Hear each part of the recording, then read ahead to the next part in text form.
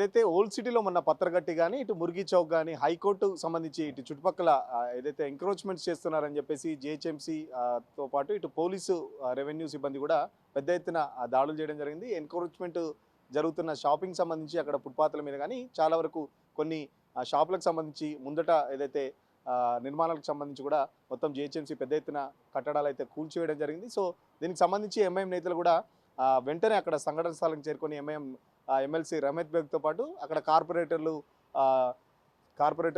కూడా మొత్తం పెద్ద ఎత్తున పోలీసులను అడ్డుకోవడం జరిగింది. సో రెవెన్యూ అధికారుల మీద ఇటు జీహెచ్ఎంసీ అధికారుల మీద కూడా చేసుకున్న సంఘటనలు కూడా చాలా వరకు సోషల్ మీడియాలో వైరల్ అయినాయి. సో దీనికి సంబంధించి పాత బస్తీలో ఎంఐఎంకి రూల్స్ సపరేట్ ఉంటాయా, లేకపోతే రాజ్యాంగంలో ఎంఐఎంకి ఏమైనా సపరేట్ రూల్స్ ఉన్నాయని చెప్పేసి కూడా పెద్ద ఎత్తున ఇటు సోషల్ మీడియాలో కానీ అటు బీజేపీకి సంబంధించి కూడా పెద్ద ఎత్తున విమర్శలు గుప్పించడంతో పోలీసులు కూడా ఎట్టకేలకు ఇటు రహమత్ బేగ్తో పాటు అటు ఏవన్గా సాహిల్ కానీ లేకపోతే ఏవన్గా అయితే బిఎన్ఎస్ యాక్ట్ కింద కూడా 120 129 130 132 189 190 191/2 ఇట్లా 10 రకాల సెక్షన్లకు సంబంధించి కూడా ఇక్కడ వాళ్ళ మీద కేసులు కూడా బుక్ చేయడం జరిగింది. అయితే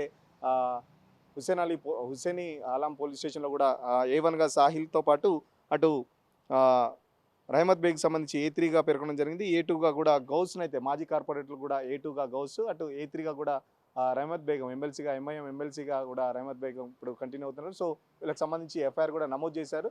బట్ బీజేపీ నేత ఏదైతే గోషామాల్ ఎమ్మెల్యే రాజాసింగ్ ఉన్నారో రాజాసింగ్ కూడా స్టేట్మెంట్ ఇచ్చారు. మీరు ఏదైతే కూల్చివేతలు చేశారో దానికి సంబంధించి ఎంక్రోచ్మెంట్కి సంబంధించి పెద్ద ఎత్తున పోలీస్ ఫోర్స్ చేశారో మళ్ళీ నెక్స్ట్ డేనే అక్కడ స్థానిక ఎంఐఎం ఎమ్మెల్యేకి సంబంధించి కానీ లేకపోతే అక్కడ స్థానిక ఎంఐఎం నాయకులు మళ్ళీ పోలీసులకు సవాళ్ళు విసురుతున్నారు. మళ్ళీ నేను ఇక్కడే ఉంటాను, నన్ను చూసి పోలీసులు పారిపోయారని చెప్పేసి కూడా రాజాసింగ్ ఒక స్టేట్మెంట్ రిలీజ్ చేశాడు.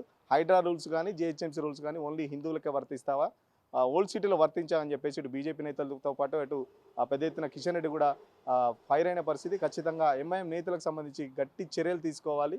సో చర్యలు తీసుకుంటేనే ఇలాంటి ఘటనలు పునరావృతం కాదు. దీనికి సంబంధించి పోలీసులకు సంబంధించి కూడా అసలు రక్షణ లేకుండా పోతుంది. గతంలో కూడా చాలా వరకు ఆ ఎంఐఎం ఆగడాలు ఏదైతే ఓల్డ్ సిటీలో చూస్తున్నామో దానికి సంబంధించి గతంలో కూడా పోలీసులు ఒక ముషీరాబాద్కి సంబంధించి కూడా ఒక కార్పొరేటర్ ఎస్ఐని బెదిరించిన సంగతి, ఆ ఎస్ఐని బెదిరించిన పరిస్థితులు కూడా చూసాం. సో ఎంఐఎంకు అడ్డుకట్ట వేయాలంటే ఖచ్చితంగా పోలీసులకు ఫుల్ ఫ్రీడమ్ ఇవ్వాలి. బట్ రేవంత్ రెడ్డి ఎట్టి పరిస్థితుల్లో చేయడు. దానికి సంబంధించి ఏంటంటే కాంగ్రెస్ అంటేనే ముస్లిం అంటేనే కాంగ్రెస్ అంటూ గతంలో రేవంత్ రెడ్డి చేసిన వ్యాఖ్యలకు సంబంధించి ఇటు పోలీసులు ఓల్డ్ సిటీలోకి వెళ్ళాలంటే కానీ భయపడుతున్నారు. గతంలో కూడా బీజేపీ నేతలు కూడా పెద్ద ఎత్తున ఆరోపణ చేసిన పరిస్థితి. ఓల్డ్ సిటీలో చాలామంది వరకు కరెంటు బిల్లులు కట్టరు, బళ్ళ మీద కూడా యువకులు తిరుగుతుంటారు. సో వాళ్ళు ఎవరు పోలీసులు కనబడు, కేవలం ఇటు న్యూ సిటీలో మాత్రమే ఏదైనా చేస్తే మాత్రం ఖచ్చితంగా పోలీసులు యాక్షన్ తీసుకుంటారు. బట్ పోలీసుల యాక్షన్స్ కానీ అటు ఓల్డ్ సిటీలో ఎందుకు ఉండవని చెప్పేసి గతంలో కూడా బీజేపీ నేతలు ప్రశ్నించిన పరిస్థితి. ఎంఐఎం ఆగడాలకు అడ్డుకట్ట వేయాల్సిందంటే ఖచ్చితంగా పోలీసులకు ఫ్రీ హ్యాండ్ ఇవ్వాలి.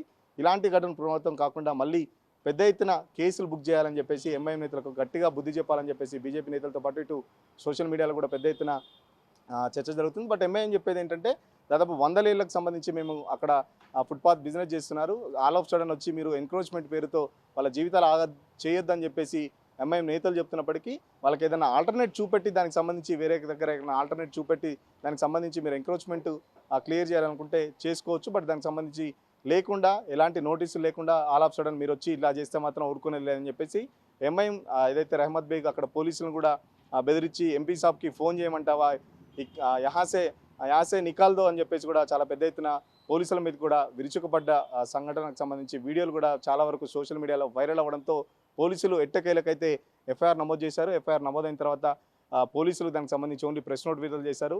మరో పక్కన సిటీకి సంబంధించి ఏదైతే పోలీసుల మీద ఇలాంటి చర్యలకు పాల్పడితే ఖచ్చితంగా కఠిన చర్యలు ఉంటాయని చెప్పేసి పోలీసులు చెప్తున్నప్పటికీ, సిపి చెప్తున్నప్పటికీ దానికి సంబంధించి చర్యలు మాత్రం ఉండట్లేదని చెప్పేసి అటు గోషామాల్ ఎమ్మెల్యే రాజాసింగ్ చెప్తున్నారు. సో ఈ వివాదం ఇది వివాదం అయితే చాలా మతం చుట్టూ ఇప్పుడైతే పులుముకున్న పరిస్థితి. సో ఖచ్చితంగా దీన్ని కొందరు కావాలని మత రాజకీయాల కోసం వాడుకుంటున్నారు. చట్టం తాను చేసుకోబోతుందని చెప్పేసి కాంగ్రెస్ నేతలు కూడా చెప్తున్నప్పటికీ సో పోలీసులు ఎఫ్ఐఆర్ అయితే నమోదు చేశారు. తర్వాత ఎట్లా ఉంటుందనేది చూడాలి. అసలైన తొలి వెలుగు. ఫాలో వాట్సాప్ @తొలి వెలుగు అఫీషియల్.